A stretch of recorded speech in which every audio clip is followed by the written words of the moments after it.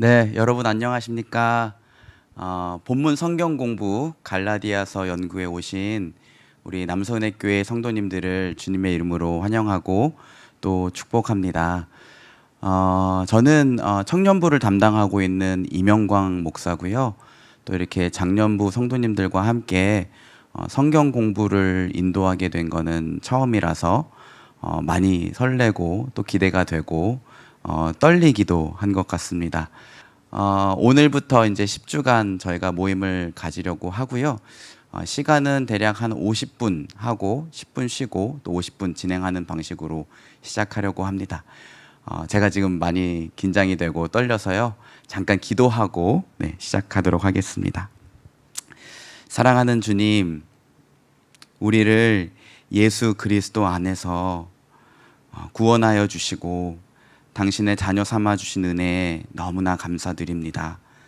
날마다 우리가 이것을 입술로, 마음으로, 믿음으로 고백하지만 그 하나님의 크신 사랑과 은혜를 생각하면 우리의 찬송으로도 그 어떠한 말로도 다 표현할 수 없음을 고백합니다. 하나님, 우리가 그 하나님의 깊고 넓고 풍성한 사랑을 더욱더 깊이 알기를 원합니다. 특별히 우리에게 갈라디아서 말씀을 공부하고 또 은혜를 함께 나눌 수 있는 시간을 허락하여 주심에 너무나 감사드립니다. 하나님, 하나님의 말씀을 사랑하고 또 각처에서 말씀대로 믿음대로 살아내기를 원하는 우리 남서은혜교회 모든 성도들 위해 하나님의 은혜와 평안을 허락하여 주시옵소서. 오늘 갈라디아서 말씀 연구 첫 시간을 시작하려고 합니다. 주님, 주의 성령으로 저희의 마음 가운데에 찾아와 주시고 당신의 말씀을 깨달을 수 있는 지혜를 더하여 주시고 이 말씀을 우리가 머리로 이해하는 것에서 그치지 않고 말씀을 알수록 또 복음을 알수록 우리 주 예수 그리스도를 더욱더 뜨겁게 사랑하는 은혜를 허락하여 주시옵소서. 처음 시작하는 시간입니다. 주님께서 우리 모두와 함께하여 주실 것을 믿사오며 사랑이 많으신 우리 주 예수 그리스도의 이름으로 간절히 기도드립니다. 아멘. 네, 저희 그 수업 진행 방식은 교환을 사용하려고 합니다. 그래서 여기 저희 채팅창에 지금 열려져 있는데요. 이 채팅창에 보시면 저희가 교환 주소를 올려놨어요. 교환 주소에 누르셔서 PDF 파일을 다운받으시고 강의 진행하는 것에 그것을 보고 참고하시면 좋을 것 같습니다. 그리고 채팅창이 열려져 있으니까요. 혹시 중간중간 좀 궁금한 것들이나 질문이 있으면 이렇게 여기다 적어주시면 될 것 같습니다. 그럼 제가 그것을 확인하는 대로 또 시간 진행에 맞춰서 답변을 해드리도록 하겠습니다. 자, 그러면은 갈라디아서 1주차 진행을 하려고 하는데요. 그 전에 오늘은 개관과 갈라디아서 1장 1절에서 9절 말씀을 같이 나누려고 합니다. 먼저 이번 저희 갈라디아서 말씀 연구의 목표는요, 세 가지입니다. 우선 첫 번째는 예수 그리스도의 복음을 배우는 거예요. 갈라디아서의 가장 큰 핵심 주제는 복음입니다. 그래서 이 복음을 배우고 참된 그리스도인이 되는 것에 대해서 깊이 생각해보고 또 그리스도인으로서 더욱더 성숙해져 가기를 소원합니다. 두 번째는 말씀을 배움으로써 예수 그리스도를 아는 지식에 자라가고 또 우리의 삶 가운데 선한 열매를 맺어가는 것이고요. 세 번째는 말씀의 은혜를 나눔으로써 개인적으로 또 공동체가 영적으로 더욱더 성숙하는 일을 도모하려고 합니다. 그래서 오늘부터 11월 17일까지 10주 차로 갈라디아서 연구가 진행이 되고요. 아까 말씀드렸던 것처럼 오늘은 개관과 갈라디아서 1장 1절에서 9절 말씀을 진행하려고 합니다. 아까 말씀드렸지만 다시 한번 이제 들어오신 분들을 위해서요. 링크가 있을 거예요. 그 링크를 지금 채팅창에 보면 링크가 있는데요. 그 링크를 누르시면 오늘 교환을 다운 받으실 수 있습니다. 그 교환과 함께 같이 강의에 참여해 주시면 좋을 것 같습니다. 그래서 수업 진행 방식은 90분으로 진행을 하고요. 교재 시간은 대략 한 10분, 15분 정도 갖고 말씀 나눔 시간을 한 60분 정도, 그리고 질의응답 시간을 한 15분 정도 진행하려고 합니다. 근데 이거는 이제 현장과 온라인의 상황에 따라서 조금은 진행 방식이 바뀔 수도 있다는 점 양해해 주시면 감사하겠습니다. 자, 그러면은 본격적으로 갈라디아서 내용을 좀 진행하려고 합니다. 오늘은 이제 개관을 먼저 봐야 되는데요. 특별히 제가 생각하기에 갈라디아서는 다른 어떤 성경보다도 좀 개관에 대해서 좀 우리가 풍성하게 좀 내용을 이해하고 읽을 필요가 있습니다. 왜냐하면 갈라디아서 안에는 굉장히 좀 함축적인 또 구약 성경의 내용에 인용한 글들도 많고, 바울 사도가 도대체 왜 여기서 이 말을 할까라고 좀 우리로 하여금 생각하게 하는 내용들이 많이 있어요. 그래서 우리가 도대체 바울 사도가 어떤 배경에서 어떤 의도를 가지고 갈라디아서를 썼는지를 좀 먼저 알 필요가 있습니다. 제가 이제 말씀을 볼 때는요, 세 가지 큰 중요한 축이 있습니다.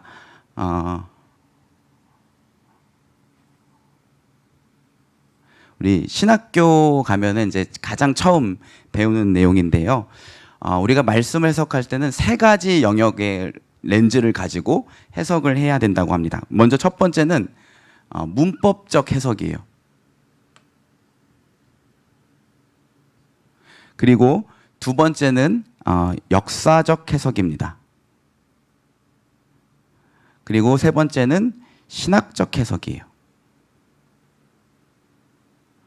문법적 해석이라는 건 우리가 책 한 권, 이 책 한 권을 읽어 내려갈 때 절 단위로 이렇게 쪼개서 말씀을 읽고 이해하는 것이 아니라 이 절이 전체적인 문법과 맥락 속에서 어떻게 이해해야 할지를 생각해 보자라는 거예요. 그래서 이때 중요한 것은 전체적인 구조,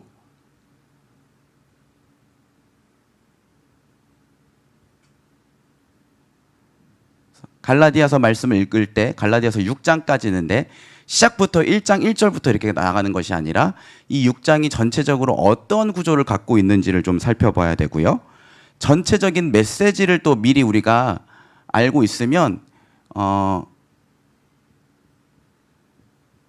갈라디아서 말씀을 읽어 내려가고 그것을 이해하는 데 도움을 받을 수 있습니다. 그런데 갈라디아서의 전체적인 메시지는 크게 세 가지예요. 첫 번째는 뭐냐면 바울의 사도권 변호예요.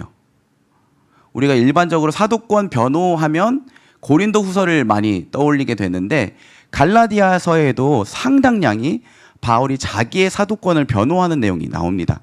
근데 왜 사도권을 변호하는 내용이 나온가? 그건 좀 이따 다시 살펴보기로 하고요. 네, 두 번째는 아까 갈라디아에서의 주제가 참된 복음, 복음에 대한 거라고 그랬잖아요. 그래서 참된 복음은 무엇인지, 그 복음을 변증합니다. 참된 복음을 얘기하고 있다는 것은 반대로 갈라디아 교회 안에 다른 복음, 변질된 복음이 있다라는 거겠죠. 네. 자, 그리고 세 번째는 복음으로 인한 삶의 변화입니다.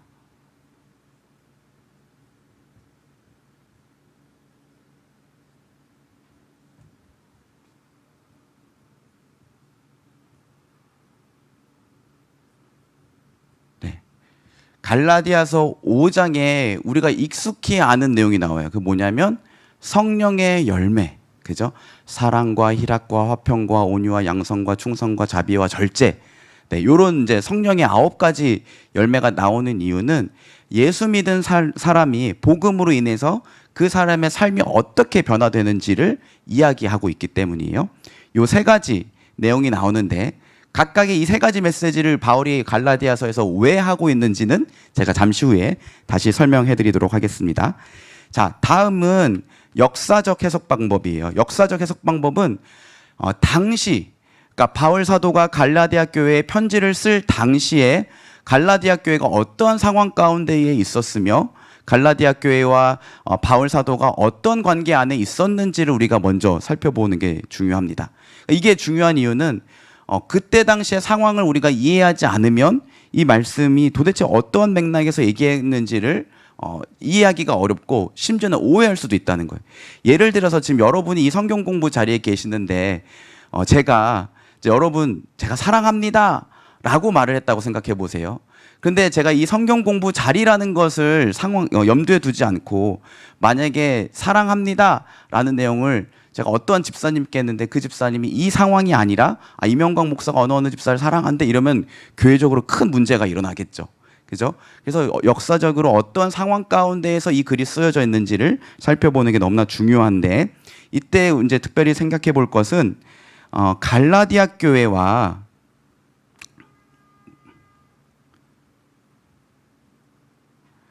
바울의 관계입니다. 갈라디아 교회와 바울은 굉장히 친밀한 관계에 있었어요. 빌립보 교회 성도들뿐만이 아니라 갈라디아 교회의 성도들과도 바울은 굉장히 친밀한 관계 안에 있었습니다. 그 다음에 갈라디아서에서 이제 빼놓을 수 없는 어떤 역사적 상황이 뭐냐면 거짓 교사들의 미혹입니다.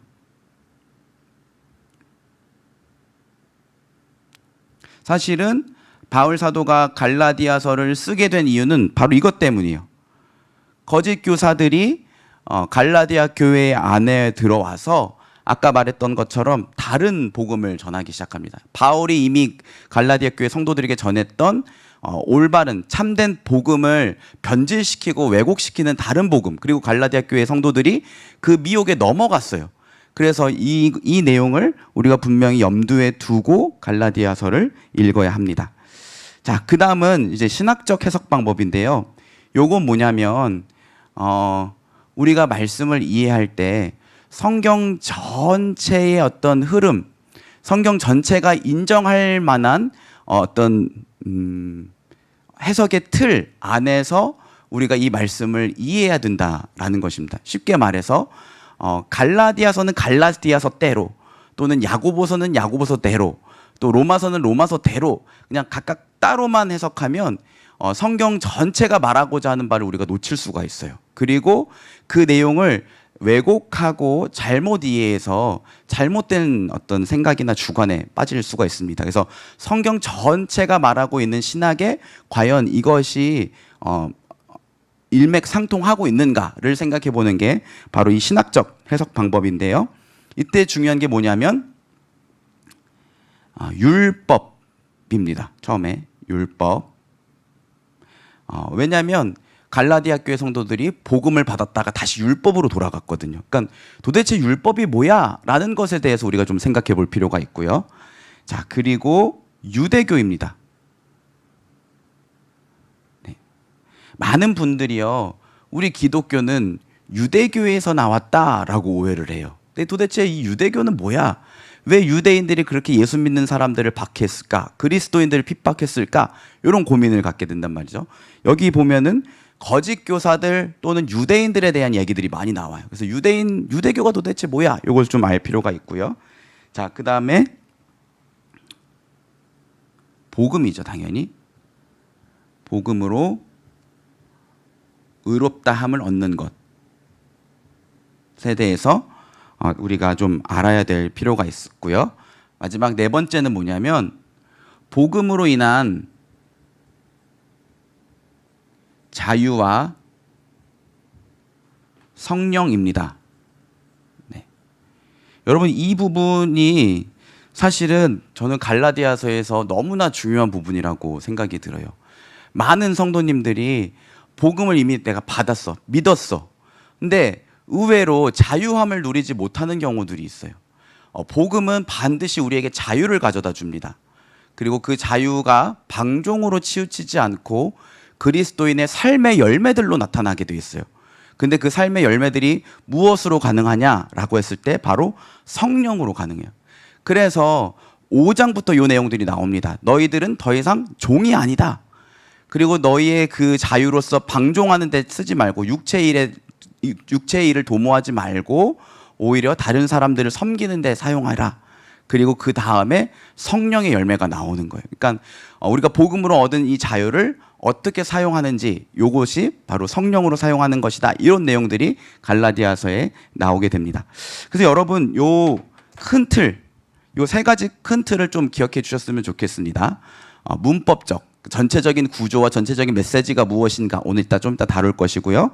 그 다음에 어떤 상황 가운데 있었는가, 그리고 신학적으로 율법은 무엇이고 유대교는 무엇이고 복음은 무엇이고 자유와 성령에 대해서 왜 갈라디아서가 이야기하는가, 요것에 대해서도 저희가 좀 공부를 해보려고 합니다.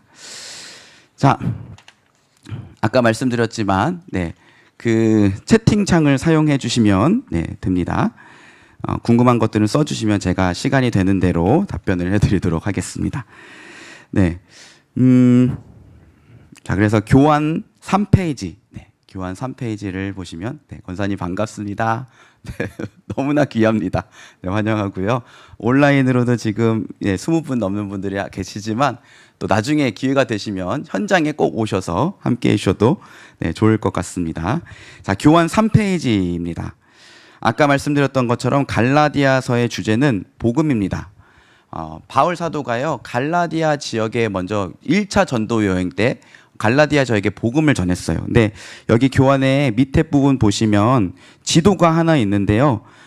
아시아 바로 오른쪽에 갈라디아라고 써져 있죠. 여기가 바로 갈라디아예요. 근데 갈라디아는 도시가 아닙니다. 큰 넓은 지역이에요.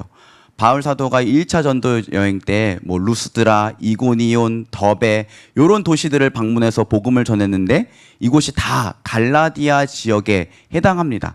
근데 이 갈라디아 지역이 뭐 북갈라디아로 나눠지고 남갈라디아로 나눠지고 이런 이제 얘기도 있는데 저희는 거기까지는 생각하지 않고 바울 사도가 어쨌건 중요한 것은 1차 전도 여행 때 이곳에 복음을 전했고 이곳에 교회가 세워졌다. 그리고 그때 당시에 바울 사도와 갈라디아 교회 성도들 사이에는 특별한 감정이 있었다라는 거예요. 갈라디아서 4장 12절에서 13절 말씀을 보시면요. 제가 잠깐 읽어드릴게요. 여러분 성경을 보시면서 같이 한번 보시면 좋을 것 같습니다. 갈라디아서 4장 12절에서 13절. 형제들아 내가 너희와 같이 되었은즉 너희도 나와 같이 되기를 구하노라. 너희가 내게 해롭게 하지 아니하였느니라. 내가 처음에 육체의 약함으로 말미암아 너희에게 복음 전한 것을 너희가 아는 바라.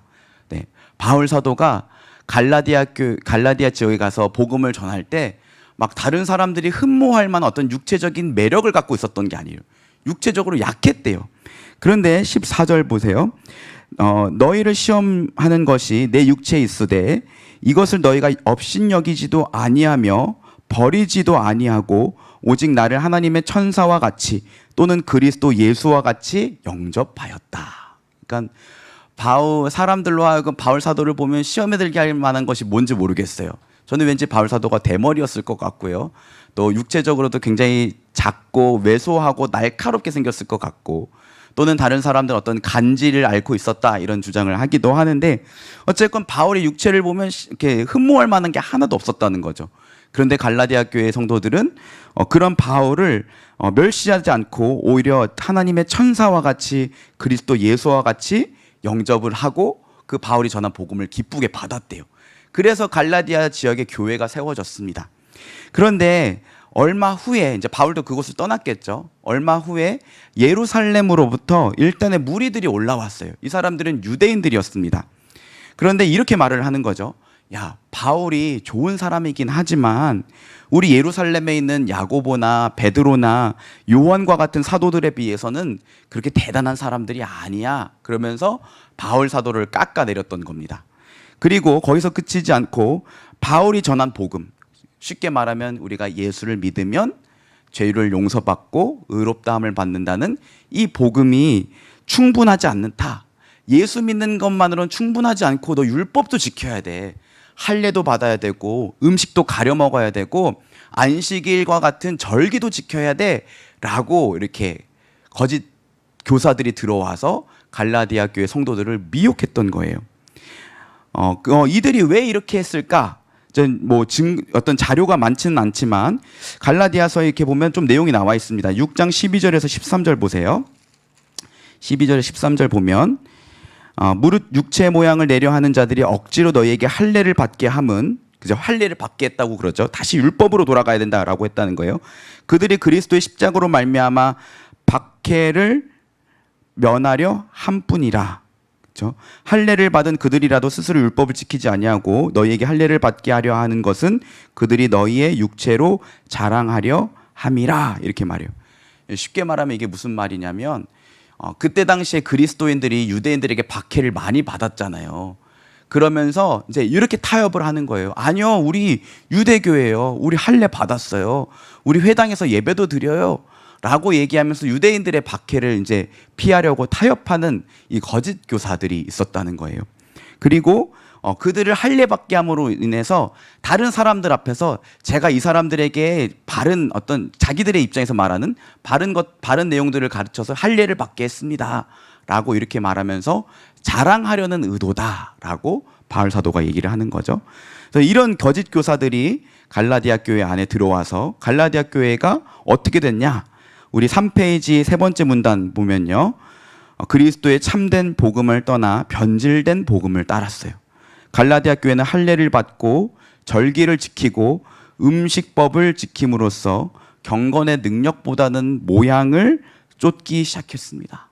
그러니까 쉽게 말해 예수 복음이 가져다주는 자유를 잃어버리고 다시 율법으로 돌아가게 된 거예요. 이것 때문에 바울 사도가 가슴을 치면서 통곡하면서 너희 그렇게 하면 안 돼! 라고 해서 쓴 편지가 바로 오늘 우리가 앞으로 10주 동안 공부할 갈라디아서다라고 이해하시면 됩니다. 자, 다음 페이지 한 번 넘겨주세요. 4페이지입니다. 4페이지. 네. 자, 그래서 아까 말씀드렸던 것처럼 바울 사도가 갈라디아서를 통해서 전하고자 하는 메시지는 크게 세 가지입니다. 첫 번째, 자기는 사도가 맞다예요. 사도가 맞아. 근데 왜 사도가 맞다고 자기의 사도권을 변호했을까요? 바울 사도는요, 항상 이 사도권에 대한 의심을 받았어요. 네, 이따 이제 우리 1장에 다룰 때 좀 더 자세히 다룰 거기 때문에 얘기는 하진 않겠지만 사도권에 대한 어떤 의심을 받았기 때문에 사실 고린도 후서에서도 굉장히 많이 그런 내용을 얘기합니다. 나 사도가 맞아. 근데 갈라디아서에도 거의 한 장 이상을 자기가 사도가 맞다는 얘기를 해요. 왜냐하면 자기가 사도로서 대접받으려고 그렇게 했던 것이 아니라 자기가 사도가 맞지 않으면 그 전에 자기가 전했던 복음이 가짜가 되는 거기 때문에. 그래서 바울은 자기의 사도권을 변호하려고 합니다.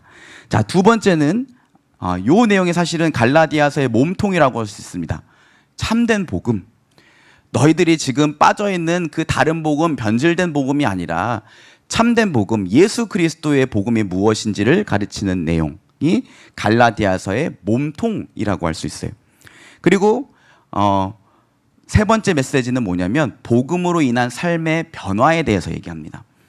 바울 사도는요, 특별히 공격을 많이 또한 사도권과 함께 공격을 많이 받았던 게 뭐냐면, 야, 네가 전한 복음을 믿으면 다 타락하고 방종하게 될 거야. 법이 없잖아. 율법이 떠난 거잖아. 너 율법을 무시하는 거 아니야? 이런 오해도 많이 받고, 예수 믿으면 다 된다고 하니까, 오히려 사람들은 하나님의 법대로 살아가려고 하는 것이 아니라 자기 마음대로 방종으로 빠지게 될 거야, 타락하게 될 거야 라는 공격을 굉장히 많이 받았어요. 그래서 로마서에서도 이 내용을 다루고 갈라디아서에서도 이 내용을 다루고 고린도전 후서에서도 이 내용을 다룹니다. 그래서 아니야, 그렇지 않아. 바울 사도는 뭐라고 말하냐면 예수를 믿는 이 복음이 우리의 삶에서도 참된 어떤 그리스도인으로서 선한 윤리를 실천하게 만들 거야. 오히려 너희가 말하는 것처럼 법을 지켜야 돼 라고 해서 착하게 살 수 있는 것이 아니라 복음을 제대로 믿을 때, 예수를 제대로 믿을 때 그들의 삶이 변화되는 거야 라는 내용이 이제 세 번째 내용이라고 할 수 있습니다. 자, 그래서 여러분 이거를요, 구조를 통해서 좀 우리가 알 수가 있어요. 구조 4페이지 보시면 전체적인 구조가 일단 서론 1장 1절에서 10절까지는 인사말이라고 할 수가 있습니다. 자, 두 번째는 뭐냐면 바울의 사도권에 대한 변호의 내용은 1장 11절에서 2장 16절까지의 내용이에요. 여기 보시면 자기가 사도가 된 게 어떤 다른 사람들에 의해서 되는 것이 아니라 예수 그리스도께로부터 직접 계시를 받아서 된 거다라는 내용이 나오고, 그 다음에 내가 사도가 됐다는 것을 예루살렘에 있는 다른 사도들도 인정했어. 너희가 아는 그 베드로, 야고보가 다 나를 인정했어 라는 내용도 나와요. 그리고 이제 큰 몸통이 뭐냐면 바른 복음, 참된 복음을 변호하는데 우리가 아는 것처럼 이신칭의 믿음으로 말미암아 의롭다함을 얻는다. 요 내용을 좀 이따 자세히 다룰 건데 이게 바로 복음의 핵심 골자입니다. 요것에 대해서 얘기를 하고 이제 여러 가지로 이거를 이제 변증합니다. 그래서 야 너희가 성령을 받은 것이 율법을 지켜서 받았냐? 그게 아니잖아. 믿음으로 받은 거잖아. 그러니까 예수의 복음이 진짜 복음이야. 이렇게 말을 하고요. 아브라함의 얘기를 또 들어요. 이스라엘 백성들에게 있어서요. 아브라함 얘기하면 이제 끝나는 거죠. 아브라함이 이렇게 했어. 다윗이 이렇게 했어. 이러면 끝나는 거거든요. 아브라함의 예를 들고 또 레위기, 신명기, 하박국의 구약의 내용을 예로 들고 어떤 법에 대한 내용을 예로 들고 또 율법과 종, 또 관계 마지막 주의번을 보시면 야 너희가 나를 진짜 아껴주지 않았냐 그러면서 이제 관계 호소하기도 해요. 그리고 구약 성경에 보면 하갈과 사라 아브라함의 두 아내가 나오는데 이것을 또 어떤 비유를 해가지고 참된 복음이 무엇인지를 가르쳐 줍니다. 자 그리고 마지막 아까 말씀드렸던 것처럼 바울이 전한 복음에 근거한 실정적인 권면들 이것이 이제 종의 멍에를 매지 마라 종이 되기 위해 우리가 종이 되기 위한 오히려 자유자다. 그러니까 방종으로 빠지는 것이 아니라 자유를 가지고 오히려 다른 사람들을 섬기는 기쁨의 종이 된다. 이 내용을 이제 이야기를 하는 거고 성령의 열매, 뭐 이런 관계를 통해서 드러난 성령의 충만함, 육체를 위하여 심지 말고 성령을 위해서 심하라. 이런 내용들이 이제 마지막 큰 단락. 그러니까 요 갈라디아서 구절은 여러 가지로 나눌 수 있지만 요거는 요 크게 세 메시지로 나눈 거예요. 첫 번째가 사도권을 변호한 것이다. 참된 복음을 변증한 것이다. 그리고 그 바울이 전한 복음에 근거한 실천적인 권면들. 그러니까 앞으로 갈라디아서 말씀을 읽을 때는 요 세 가지를 꼭 기억하시면 좋겠어요. 바울이 사도권을 지금 변호하고 있구나. 바울이 지금 참된 복음에 대해서 설명해주고 있구나. 바울이 그 복음으로 인한 그리스도인의 삶의 변화에 대해서 얘기하고 있구나. 이렇게 크게 세 메시지로 이해를 해주시면 좋을 것 같습니다. 자, 그러면 이제 그 다음으로 우리가 좀 생각해 봐야 될 것은 무엇이냐면 복음과 율법과 유대교의 관계입니다. 자, 여러분 율법과 복음, 요 율법과 복음에 대해서 한번 생각해 봤으면 좋겠습니다. 자, 우리는 일반적으로 율법하고 복음을 굉장히 서로 반대된 것으로 생각을 합니다. 그죠? 율법은 나쁜 것이고 복음은 좋은 거야. 율법은 옛날 것이고 복음은 요즘 거야. 네. 근데 한번 생각해 보세요, 여러분. 우리가 복음으로 인해서 구원을 받았잖아요. 하나님의 자녀가 되었잖아요. 그러면 여기 율법의 내용을 담고 있는 성경 말씀은 더 이상 우리 삶에 아무런 관계가 없는 것입니까? 그건 또 아니에요. 그렇죠? 그래서 바울 사도의 서신들을 보면 율법은 선한 것이다. 계속해서 얘기해요. 율법이 잘못된 게 아니야, 절대로. 율법은 선한 거야. 이런 내용들을 이야기합니다. 그러면 도대체 복음과 율법이 어떻게 다를까? 여기 5페이지 보시면 율법은 복음처럼 진리를 분명하게 드러내지는 않아요. 그러나 그 안에는 복음적인 내용들이 담겨 있어요. 자, 율법을 하나님이 언제 주셨냐? 하나님이 이스라엘 백성들을 애굽에서 구원해 내셨습니다. 그리고 그들을 신의 산 앞으로 인도하셔서 그들과 더불어 언약을 맺으셨어요. 언약은 쉽게 말하면 이 세상에서 가장 특별하고도 친밀한 사랑의 관계를 얘기하면 됩니다. 그냥 쉽게 말하면 부부의 관계. 그래서 성경에 보면 이 하나님과 백성의 언약 관계를 부부의 관계로 많이 비유를 하는데 이제 남편은 한 아내만을 사랑하고 한 아내는 한 남편만을 사랑하고 이 사이에는 어느 누구도 끼어들 수 없는 그 사랑의 관계가 바로 하나님과 이스라엘 백성의 관계예요. 그래서 이스라엘은 그 하나님만 섬기고 예배하고 사랑하는 백성이 되어야 돼요. 그리고 하나님은 이 세상에 다른 많은 민족들이 있어요. 그리고 그 민족들 다 하나님이 만드셨어요. 그런데 그 중에서도 특별히 이스라엘을 나의 소유, 나의 보물, 제사장 나라, 거룩한 나라로 삼겠다라고 하신 것이 바로 언약이에요. 그래서 하나님은 그들의 하나님이 되셔서 그들을 보호하시고 인도하시고 가장 중요한 건 그들과 함께 하세요. 부부가 함께 사는 것처럼. 이것이 바로 언약의 관계인데 이제 언약을 맺으면 어떻게 해야 될지를 이스라엘 백성들이 모르잖아요. 그것을 가르쳐 준 것이 바로 율법이에요. 어떻게 하나님을 예배하고 어떻게 하나님을 섬겨야 하고 하나님이 무엇을 기뻐하시는지 하나님 백성 된 자들이 마땅히 해야 될 것은 무엇인지를 가르쳐 준 것이 율법입니다.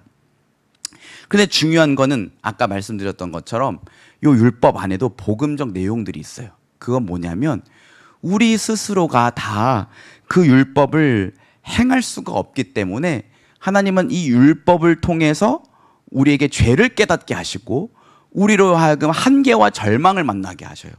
그리고 결국 누구를 바라보게 하느냐? 하나님. 좀 더 구체적으로는 역사 속에서 오실 하나님의 아들 그리스도를 바라보게 만들어요. 그것이 바로 율법의 기능이에요.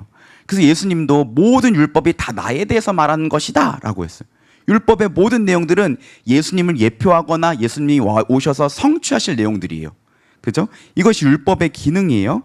자, 그래서 말씀을 한번 보아볼게요. 로마서 3장 20절 말씀을 보면 율법의 행위로 그의 앞에 의롭다 하심을 얻을 육체가 없다. 쉽게 말하면 율법을 지켜서 하나님 앞에서 야, 너 진짜 의롭다, 너 죄 없다라고 인정받을 사람이 아무도 없다는 거예요. 그러면 율법은 뭐냐? 율법으로는 죄를 깨달음이라. 이게 20절 말씀. 네. 여기 교환의 말씀 실어드렸습니다. 교환에 보시면. 네. 그죠? 그러면 율법은 도대체 또 뭐야? 라고 했을 때 갈라디아서 3장 23절 말씀 보시면 믿음이 오기 전에 우리는 율법 아래 매인 바 되고 계시될 믿음의 때까지 갇혔느니라. 24절 이같이 율법이 우리를 그리스도께로 인도하는 초등교사가 되었다. 이렇게 말해요. 그러니까 율법은 뭐냐? 율법을 보면 하나님이 어떠한 분이신지를 알 수 있게 돼요. 율법을 보면 내가 어떻게 살아야 되는지 알아. 그 뭐가 죄고 뭐가 선한 것인지를 알게 돼요. 문제는 그것 말씀대로 그 율법대로 살려고 하다 보니까 이게 사실은 잘 안 되더라는 거예요.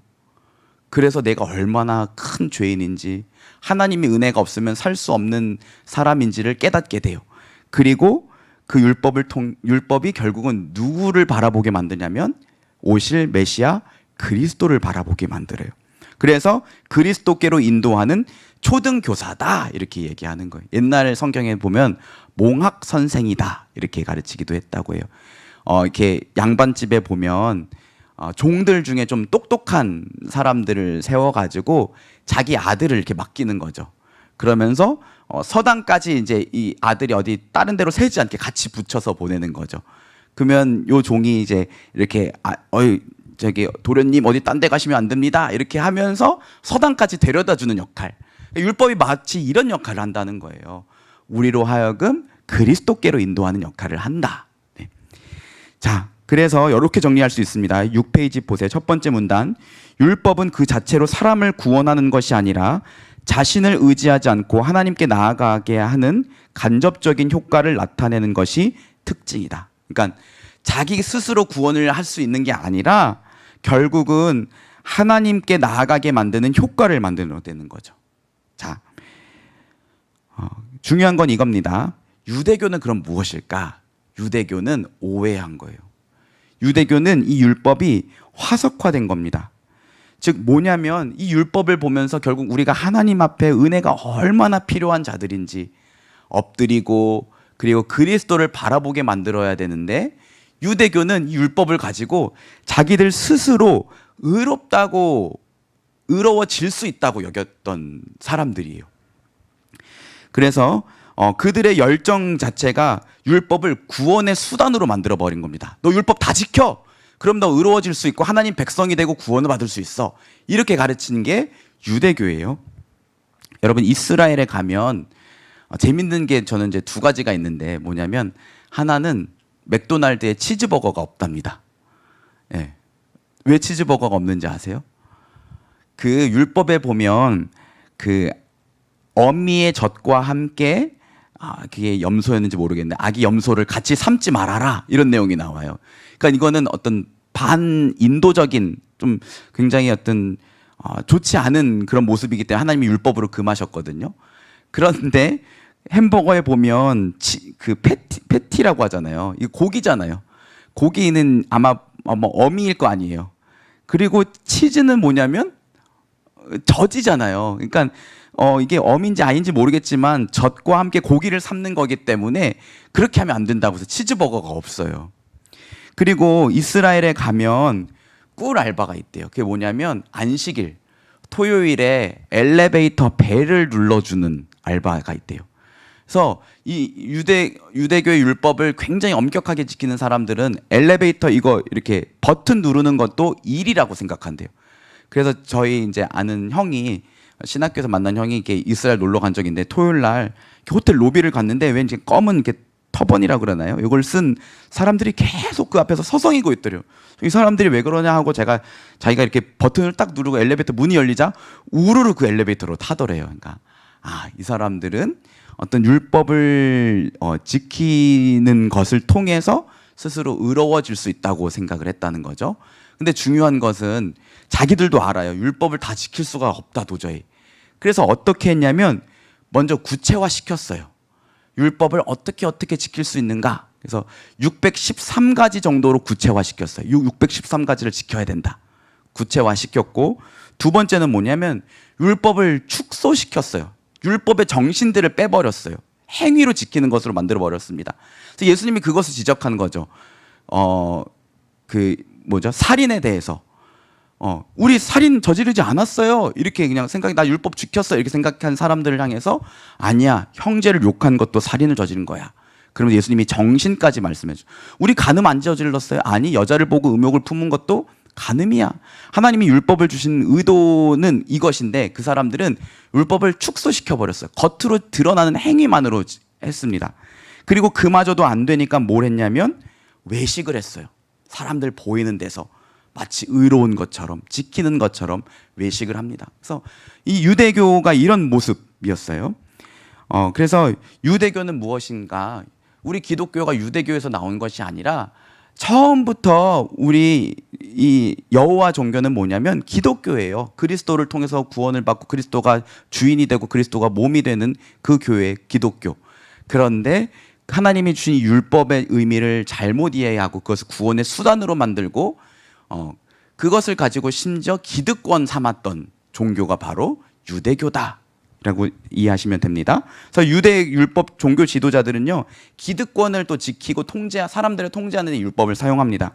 여러분 이슬람에는요 할랄 푸드가 있잖아요. 뭐 정해진 방식으로 어떻게 도축하고 어떤 음식만 먹을 수 있다는 할랄.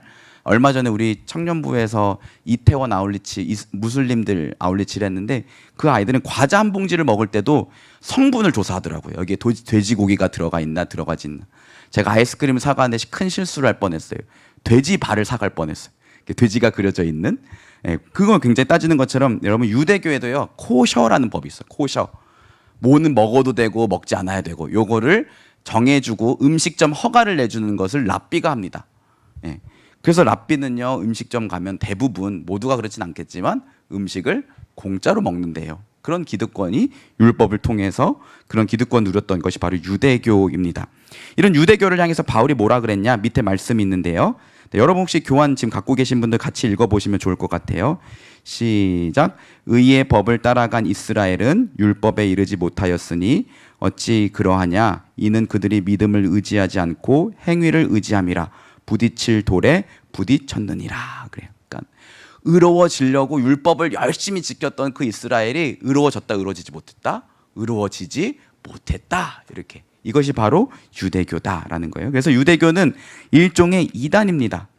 복음은 이 유대교와 맞서는 것이지 율법과 다투는 게 아니에요. 율법과 복음은 한 방향을 가르치고 있어요. 그래서 이런 내용을 좀 이제 이해하셔야 되고요.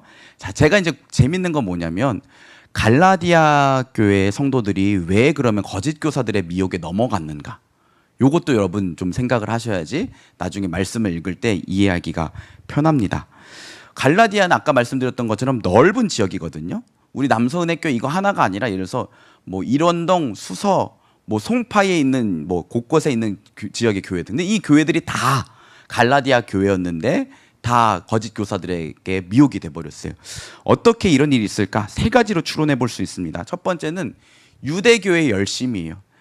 지금 예수 믿는 사람들이 곳곳에 가서 복음을 전하고 교회가 세워지니까 이것에 대한 어떤 불만을 품고 이러면 안 되겠다. 그러면서 그들 안으로 들어가서 거짓된, 변질된 다른 복음을 이제 심어주기 시작한 것이죠. 그래서 야, 너 예수 믿는 것만으로는 안 돼. 할례도 받아야 돼. 구약 성경 들이대면서 할례도 받아야 돼. 음식 너 돼지고기 먹으면 안 돼. 이방인들에게 이제 이렇게 이야기하니까 이방인들이 혹 하게 됐던 거죠. 자, 두 번째는 예루살렘 교회 성도들의 무지와 무관심이에요. 이거 뭐냐면 여러분 예루살렘 교회 안에 있었던, 그러니까 예루살렘 교회가 어떻게 보면 그때 당시 전체 교회 어떤 본부라고 할 수 있잖아요. 예루살렘 교회 안에 있었던 성도는 대부분 유대인들이었어요. 정통파 유대인들. 어릴 때부터 유대교 전통 안에서 자라고 그 문화에 익숙해져 있던 사람들. 태어나자마자 할례를 받았던 사람들. 이 사람들은요, 예수 믿고 그리스도인이 되었지만 여전히 어떤 유대교적 전통과 문화에 익숙해져 있어요. 그래서 할례를 받는 것이 무엇인지, 음식법, 이 음식 가려 먹는 것이 무엇인지 요것에 대해서 복음과 관련해서 깊이 생각해 보지 못했을 거예요. 그냥 나 예수 믿어, 예수님을 주인으로 삼고 예수님을 따라. 그렇지만 돼지고기 먹는 건 좀 아직도 그래. 네, 우리 한국 사람들도 이런 비슷한 거 있거든요. 한국 교회 성도들은요, 저는 술이 이런 문제라 생각해요.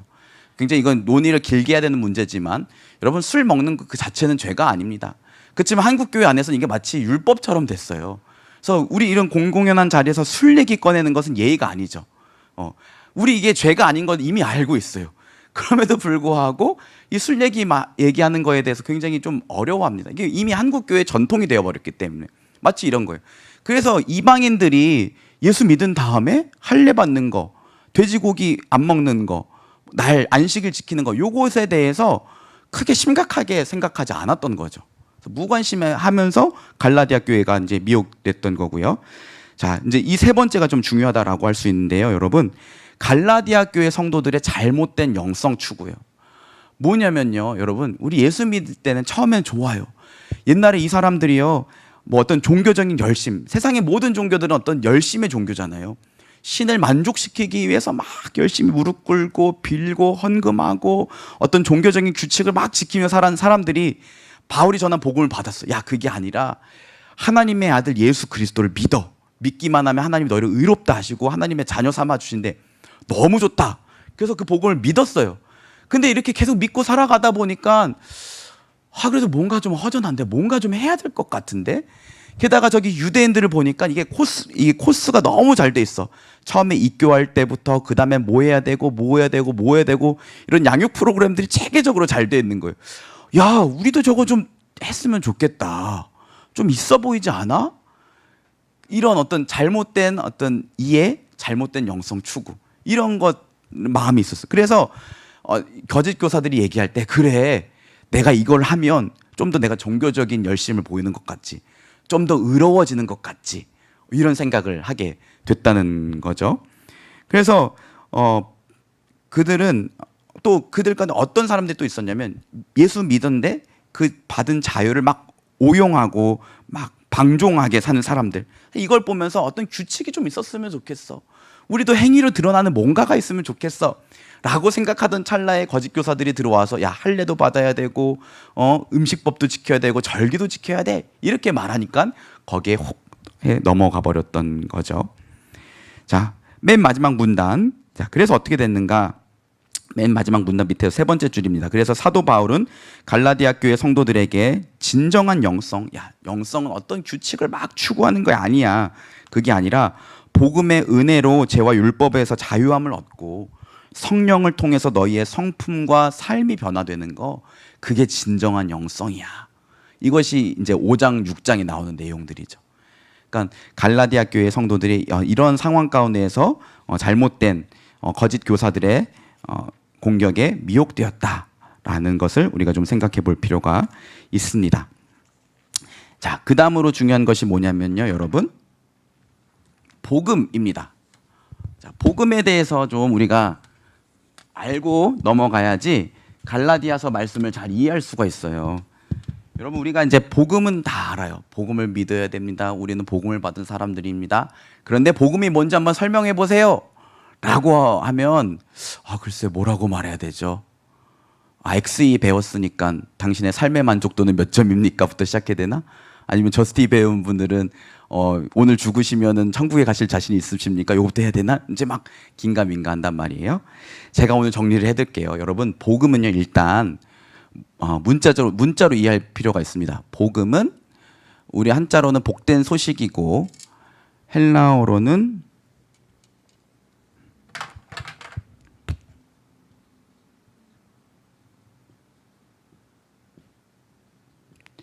죄송해요. 그냥 이런 게 있다 생각하시면 되는데요.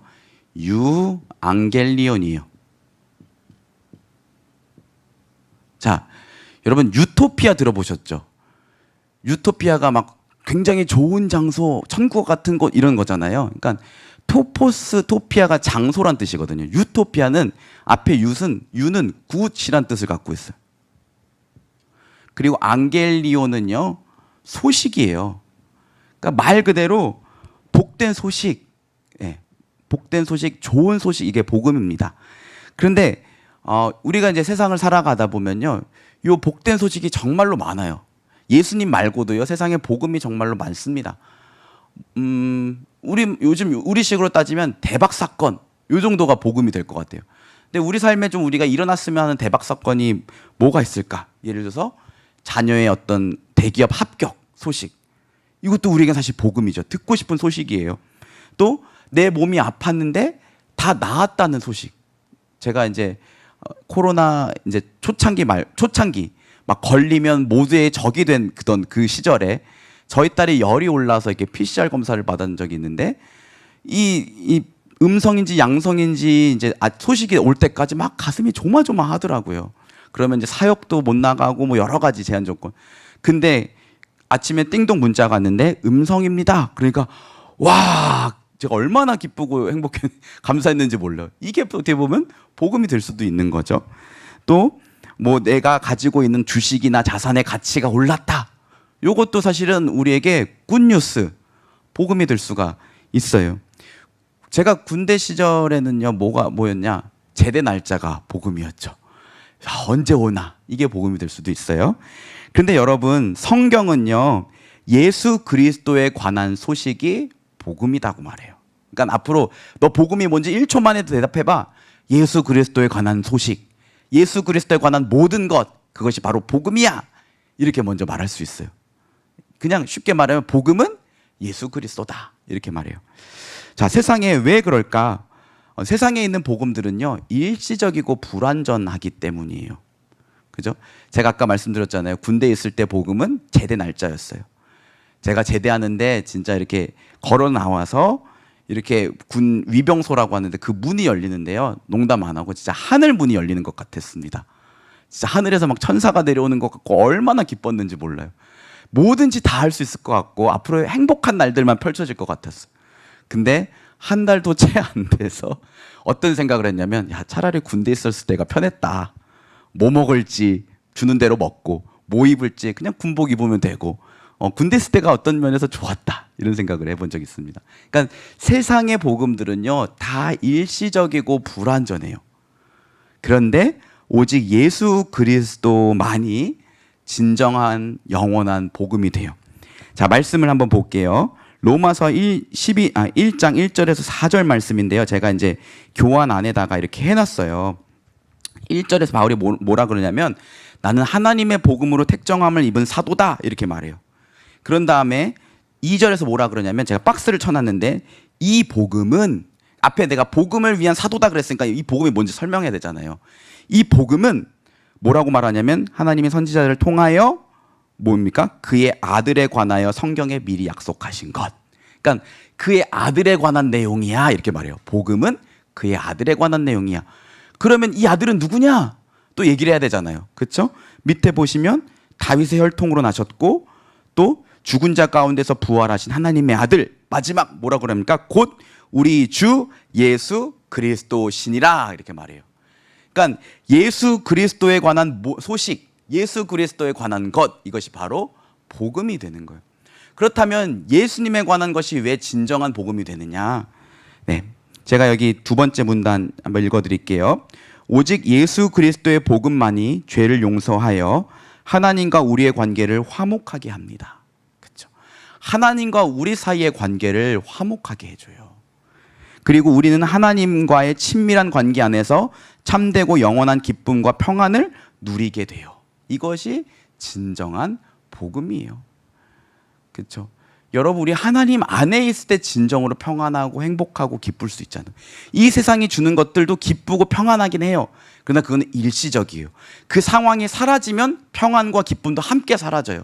그러나 예수 그리스도 안에 있는 자들, 하나님과 친밀한 관계를 누리고 있는 자들은 상황과 관계없이 평안하고 기뻐할 수 있어요.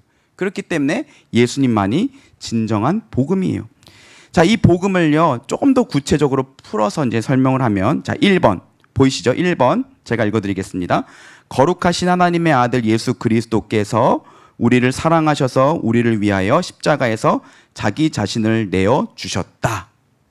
네, 하나님의 그 거룩한 죄 없으신 하나님의 아들이 나와 같은 죄인을 위해서 십자가에서 자기 자신을 내어 주셨다. 자, 2번.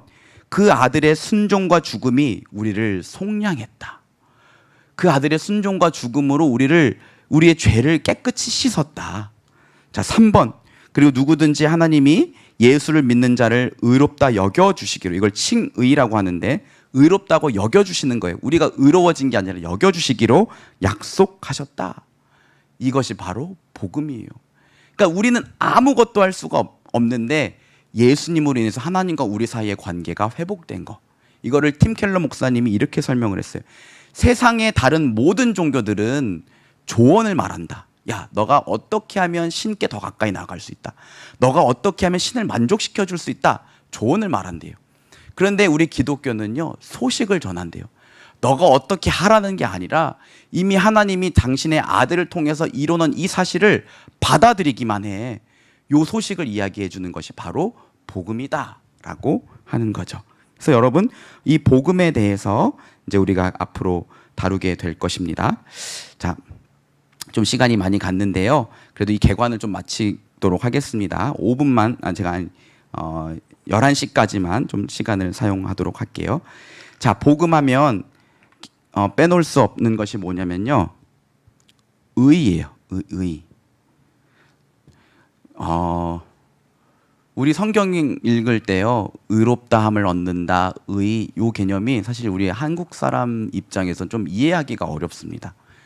유대인들은요, 어릴 때부터 이 의에 대해서 굉장히 몰두해서 살아가는 사람들이에요. 그런데 우리는 태어났을 때부터 의보다는 어떻게 하면 복 받는가, 어떻게 하면 더 잘 사는가, 이런 것들에 더 관심이 많은 사람들이거든요. 그래서 성경에서 의라고 말하면 좀 어려워요. 근데 의는 일단은 포괄적인 의미로 하나님 앞에 설 자격이에요. 자격이 있다. 이게 의입니다. 자, 예를 들어서 이런 거예요. 마트에 갔어요. 그러면 제가 이 물건을 가져가려면 어떻게 해야 됩니까? 뭘 지불해야 돼요? 돈을 지불해요. 제가 돈을 지불하면 저는 이 물건을 가져갈 자격이 있는 거죠.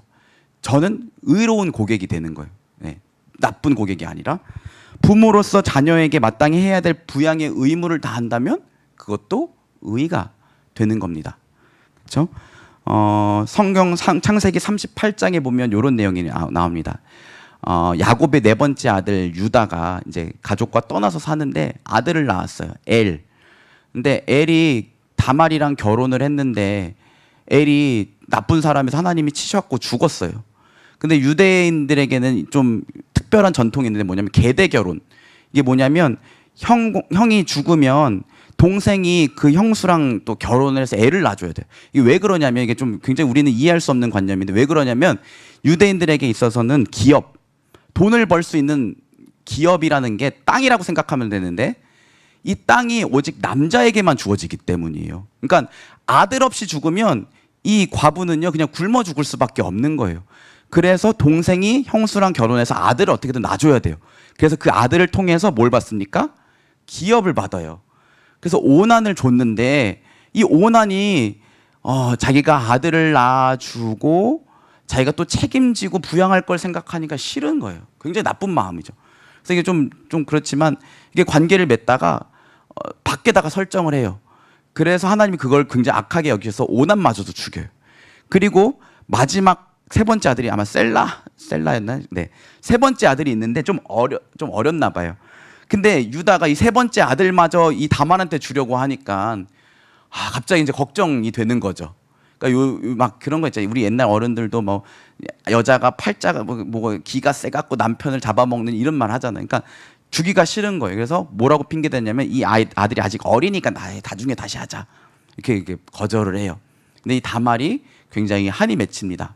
그래서 어느 날 유다가 이렇게 어떤 양털 깎는 잔치에 갔는데 거기에서 창녀처럼 하고 이렇게 자기 얼굴을 가리고 나타나요. 근데 유다가 이 다말과 함께 창녀인 줄 알고 동침을 해서 임신을 합니다. 굉장히 좀 상상할 수 없는 내용들이 나옵니다.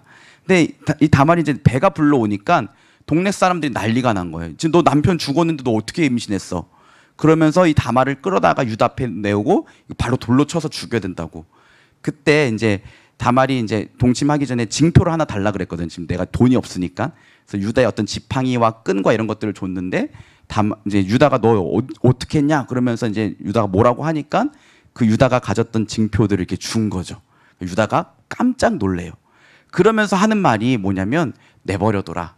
다말이 나보다 옳다. 우리식으로 말하면 다말이 나보다 의롭다라는 거예요. 그러니까 무슨 말이냐면 유다는 마땅히 해야 될 의무를 지키지 않았어요. 세 번째 아들을 줬어야 마땅합니다. 그런데 그것을 하지 않았기 때문에 나는 의롭지 못하고 다말은 의로운 거야. 그러니까 성경에서 말하는 의라는 건 뭐냐면요. 하나님이 요구하신 것들을 지킨 상태. 네. 하나님이 요구하신 것들을 지킨 상태입니다. 그러니까 하나님이 우리에게 율법을 주셨잖아요. 그 율법을 다 지키면 우리 뭐라고 할 수 있을까요? 의롭다. 네, 의롭다. 그런데 그 상태를 세 가지로 좀 더 이렇게 생각하면 좋을 것 같아요. 자, 첫 번째는 온전한 순종으로 죄가 없는 상태입니다. 이때도 의롭다라고 말을 해요. 그러니까 앞으로 성경에 의롭다라는 개념이 나올 때 좀 이렇게 생각하시면 됩니다. 자, 두 번째는요. 하나님의 백성이 되었다라는 거예요. 너는 의로워. 넌 내 백성이야. 라는 뜻으로 사용되기도 해요. 세 번째는 구원을 받았다라는 의미도 돼요. 그러니까 여러분 의롭다함을 받았다. 우리가 예수 믿어서 의롭다함을 받았다. 그게 도대체 뭔데? 하나님이 너를 죄 없는 상태로 여겨주신대. 당신의 백성이요 자녀로 받아주셨대. 너에게 구원을 주셨어. 요게 예수를 믿고 의롭다는 거예요. 근데 율법을 지켜서 내가 의로운 게 아니라 예수를 믿었을 때 의롭다. 하나님이 어떻게 주신다고요? 여겨 주신다. 이것을 칭의라고 합니다. 네, 이해되시죠? 그래서 여러분 복음에 오늘 갈라디아서 말씀 읽으면서 도대체 의롭다함을 얻는 게 무슨 말이야? 라고 할 때 우리가 마땅히 지켜야 될 의무와 요구들이 있는데 그 지킬 수 없었어. 근데 예수님을 믿어서 하나님이 우리의 우리를 용서해 주셨고 너 죄가 없어. 그리고 넌 내 자녀야. 너는 구원을 받았어. 라고 여겨주시는 것이 바로 의롭다 여김을 받는 것이다. 이렇게 생각을 해주시면 좋을 것 같습니다. 자, 11시가 됐는데요. 우리 잠깐 한 5분 정도, 5분 정도 쉬는 시간을 갖고 이따 다시 시작하도록 하겠습니다. 네, 함께 해주셔서 감사하고요. 여기 채팅창에다가 질문을 써주시면 제가 또 나중에 끝부분에 다시 답변을 해드리도록 하겠습니다.